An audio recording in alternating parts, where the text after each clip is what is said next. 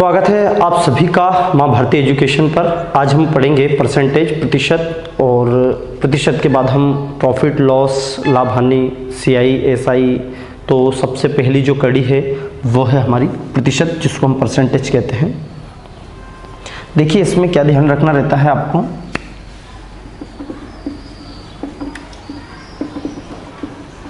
ठीक है, यहाँ इस सेंट का मतलब सैकड़ा होता है और प्रतिशत का मतलब होता है अपने आप में एक वैल्यू 100%। किसी भी वैल्यू को यदि हम 100 के परसेंट के रूप में देखते हैं, यानी 100 के रूप में देखते हैं, तो वो आपकी परसेंटेज होती है। जैसे हमने कहीं देखा होगा कि यार इस बार फसल कितनी हुई, तो हम बोलते हैं 50%, मतलब हम उसको 100 आउट ऑफ के रूप में देख रहे हैं। जैसे आपके ऑप्टेन मार्क, जो भी आपके परसेंटेज बनते हैं ग्रेजुएशन के, 12th के, 10th के, तो हम उसको क्या बोलते हैं, परसेंटेज के रूप में बताते हैं। ओवरऑल जबकि वो 400 से 500 नंबर का होता है, लेकिन हम उसको ओवरऑल क्या रूप दे देते हैं, एक परसेंटेज। चाहे वो 1500 नंबर का हो, चाहे 1800 नंबर का हो, ओवरऑल गेटिंग के अनुसार हम उसको क्या परसेंटेज में व्यक्त कर देते हैं। यानी कि हम किसी भी वस्तु को यदि 100 के रूप में देख रहे हैं, मतलब वो परसेंटेज है। ओके, तो चलिए वही बात करते हैं हम। तो हम यहाँ जो आज बात करेंगे वो फ्रैक्शन और परसेंटेज की बात करेंगे। फ्रैक्शन यानी कि भिन्न और प्रतिशत, फ्रैक्शन एंड वीएस परसेंटेज।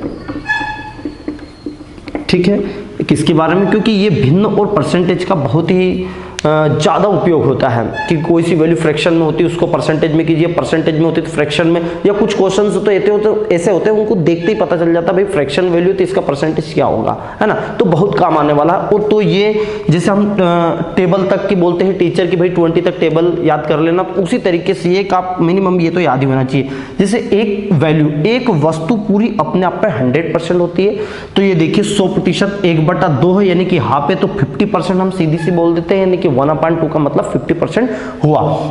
1/3 का मतलब 33, 1/3 ये आए कैसे, ये आपको पता है कि जब भी हम जैसे फ्रैक्शन है, जैसे कि 1/2 है, ये भिन्न है, बोले कि इसको प्रतिशत के रूप में क्या होगा, तो प्रतिशत के रूप में हम क्या कर देते हैं, 100 से गुणा कर देते हैं, 100 से गुणा कर देते हैं, ये हमारी हो जाती है परसेंटेज में वैल्यू। जब हम इसको 2 से काट देते हैं तो ये आ जाता है 50%। आपको समझ में आ चुका है। इसी तरीके से 1/3, 1/3 मतलब 33 सही 1/3 डायरेक्टली याद होना चाहिए। जैसे 1/3 है तो 1/3 मतलब 100, तो यहाँ लिखेंगे हम 100/3। इसको जब भाग लगाएंगे तो 3, देखिए यहाँ कैसे लगाएंगे भाग, 3 तिया 9, फिर एक बच गया 3 तिया 9, और ये 33 सही 1/3%। ये आपका क्या हो चुका है, 1/3 का मतलब जब भी आपको 1/3 दिखे, यानी कि 33 सही 1/3% और 33 सही 1/3% दिखे, मतलब 1/3। आपको दोनों वैल्यू का पता होना चाहिए, बहुत काम आने वाला भाई। प्रॉफिट एंड लॉस पूरा परसेंटेज के ऊपर डिपेंड करता है। हम लाभ हानि को विदाउट फार्मूले के हम परसेंटेज के अनुसार भी हम कर सकते हैं, तो इसलिए ये बहुत जरूरी है कि परसेंटेज का होना, ये पहला चरण है। ठीक है भाई, 1/4 का मतलब 25%, 1/5 का मतलब 20%, 1/6 का मतलब 16 सही 2/3%, 1/7 का मतलब 14 सही 2/7%। ये कैसे आया पता है ना, 14 7 98, 2 बच गया। और ये मिश्र भिन्न, इसको हम मिश्र भिन्न बोलते हैं। क्या बोलते हैं, जैसे लिखा ना 33 सही 1/3, इसको मिश्र भिन्न या संयुक्त भिन्न आपका मिक्स्ड फ्रैक्शन कहलाता है। ठीक है, तो आपको समझ में आ चुका मिक्स्ड फ्रैक्शन, प्रॉपर फ्रैक्शन, और ये हम पहले पढ़ चुके हैं, तो आपको समझ में आया। चलिए अब देखते हैं 1/8, 1/8 का मतलब 12 सही 1/8 को तो कैसे करेंगे, आपको पता है कि 100/8 होता है। अब 100/8 को हम क्या करेंगे, पहले हम 4 से काट देंगे। तो चलिए 4 से काट दीजिए, तो कितना आ चुका 25, और ये 4 दूनी 8, 25/2, इसको आधा कर दीजिए तो 12.5% होता है। 12.5 मतलब 12.5%। ठीक है, तो 1/9 मतलब 11 से 1/9, 1/10 मतलब 10%, 1/11 मतलब 9 से 1/, दोनों रिवर्सिबल आपको डायरेक्टली याद होना चाहिए। अब क्वेश्चन कैसे, सिंपली क्वेश्चन भी, इसके बाद हम फिर जो ग्रुप डी में हमारा टारगेट जो है भाई, ग्रुप डी टारगेट, उस टारगेट के अकॉर्डिंग हम क्वेश्चन लेंगे। क्वेश्चन भी कैसे कैसे आएंगे, उनमें सभी में इसकी आवश्यकता लगेगी। अब भाई देखेंगे सबसे पहले हम इसमें कि जैसे आपको बोला गया भैया 5/6 है, 5/6 को आपको मिश्र मतलब आपको परसेंटेज में लिखना है 5/6, तो 5/6 तो सर ये तो है ही नहीं 5/6, 5/6 का मतलब है गुणे में क्या कर दीजिए 100। आपको पता है ये कि 100 आउट ऑफ 100, 1 का मतलब 1% हो, 1 का मतलब 100% होता है। तो हम इस 5/6 को क्या ऐसा लिख सकते हैं क्या, 1 सही 5/6, तो देखिए तो 6/6 हो जाएगा, 1 सही 5/6, मतलब इसको कैसा लिख सकते हैं हम, इसको हम लिख सकते हैं 1/6 गुना 5, क्या लिख सकते हैं, 1/6 गुना 5, मतलब 1/6 का 5 गुना है ये। देखिए 5 एकम 5 हो रही।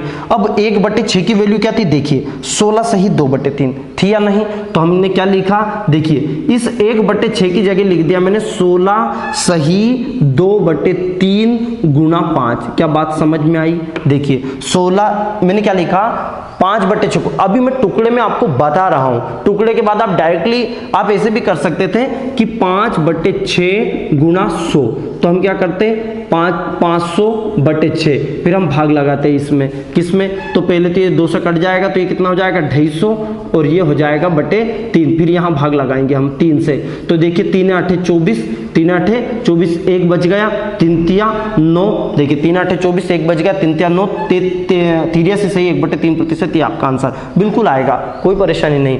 हम ऐसे भी करेंगे, पर अब डायरेक्टली हम इस तरीके से भी कैसे कर सकते हैं, कैसे करेंगे, देखिए मैंने आपको बताया कि इस 5 का दोनों में गुणा हो, तो हम इसको क्या लिख सकते हैं 16 प्लस 2/3, इसका मतलब यही है।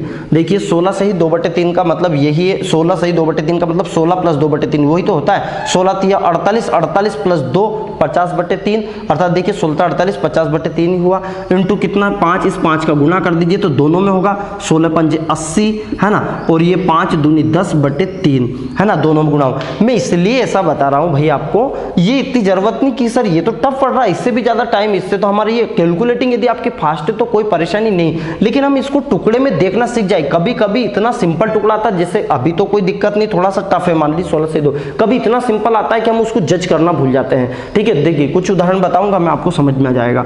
देखिए तो ये 80, अब आपको पता है, देखिए 3 का ये हो चुका, अब आपको पता है 10/3 ये क्या है, एक आपका इम्प्रॉपर फ्रैक्शन, इसको सही लिखिए 80 प्लस इसको क्या लिख देंगे हम, देखिए इसको लिखेंगे 3 तिया 9, 3 तिया 9 और ये 3 सही है ना, देखिए ये आपका 80 प्लस 3 तिया 9 और एक ये, ठीक है, तो 80 और 3 वापस जोड़ दीजिए 83, क्योंकि ये पूर्णांक वैल्यू जुड़ जाती है, 80 3 83 1/3, देखिए यही आ गया। मतलब हम एक बता रहा हूं कि आपको इस रूप में भी आप इसको कर सकते हैं। ये थे इसकी फ्रैक्शन वैल्यू, क्या थी इसकी, चलिए कुछ और फ्रैक्शन वैल्यू को देखिएगा, कुछ भी अलग हो, जैसे कि आपको लगे कि भैया हमें तो ये था 2/7, 2/7 को क्या लिखेंगे, तो 2/7 का, अब देखिए इसको ऐसा लिख सकते हैं कि 1/7 का ये 2 गुना है, 1/7 का क्या है 2 गुना, 1/7 की वैल्यू क्या 14 सही 2/3, तो 14 आपका 14 सही 2/7 ये है, सॉरी 14 सही 2/7 इंटू कितना भैया ये 2 है, बस वही मैंने आपको बताया 14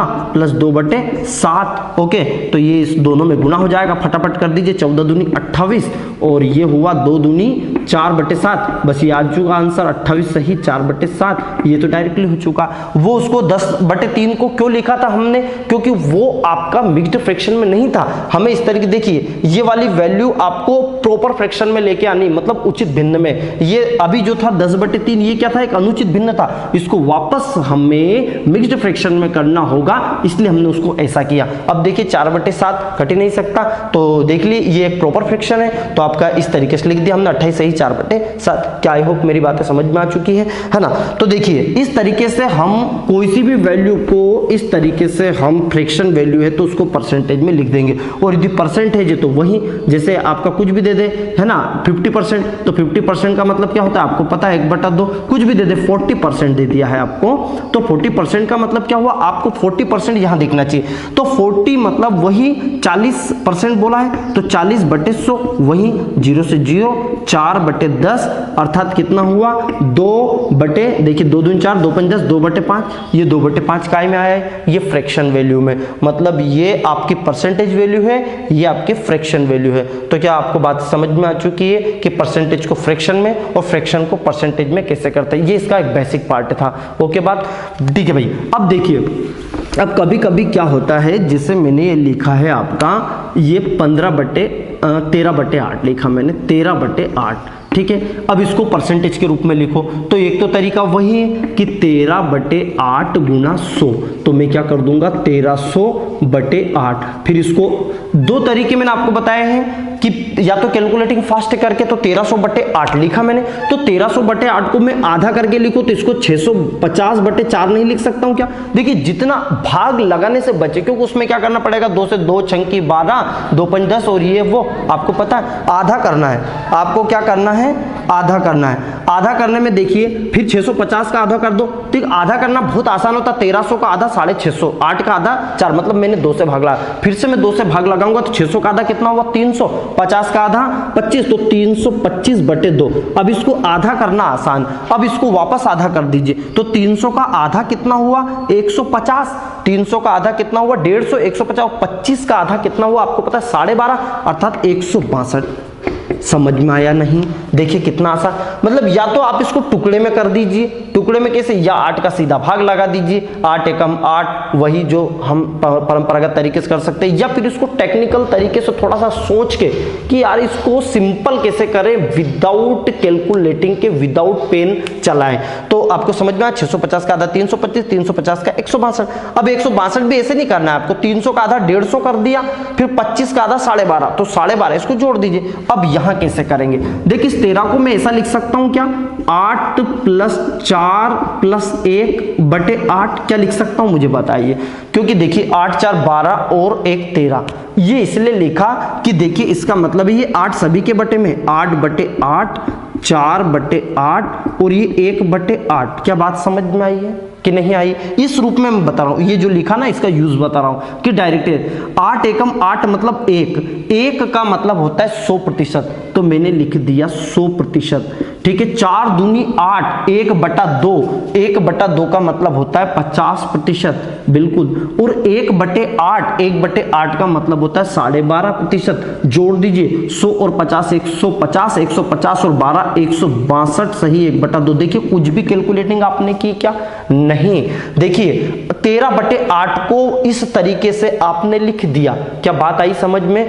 से एक बार और देख लीजिए, कुछ भी आपको लिखना हो, जैसे 15/8, 15/8 आपको पता है कि 2 तरीके से लिख सकता हूं 15/8 को, तो क्या मैं इस 15/8 को मैं ऐसा लिख सकता हूं 16 - 1/8? यहां देखिए 16 - 1 लिखा मैंने, तो 16 - 1 का मतलब मैंने इसलिए लिखा है कि देखिए ये कट जाएगा, 16/8 - 1/8, ठीक है। तो 8 दूनी 16, 2, ठीक है, 2 - 1/8। इस 2 का मतलब कितना हुआ, जब 1 का मतलब 100% है, 2 का मतलब कितना हुआ 200%, बिल्कुल 200%।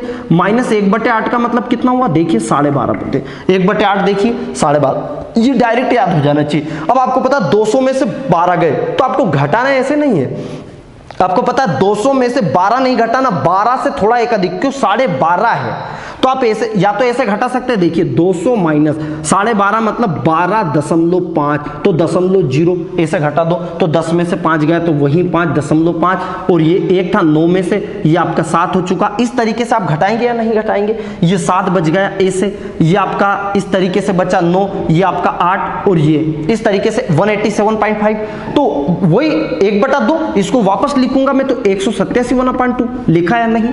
तो आपको कुछ ऐसा करना है कि 200 में से 12 नहीं 13 घटाना है, क्या घटाना 13। जब 200 में से 13 गया तो कितना बचा 187, ये आपका आया डायरेक्ट 187, और ये 1/2 था, एक कम था, ये 1/82।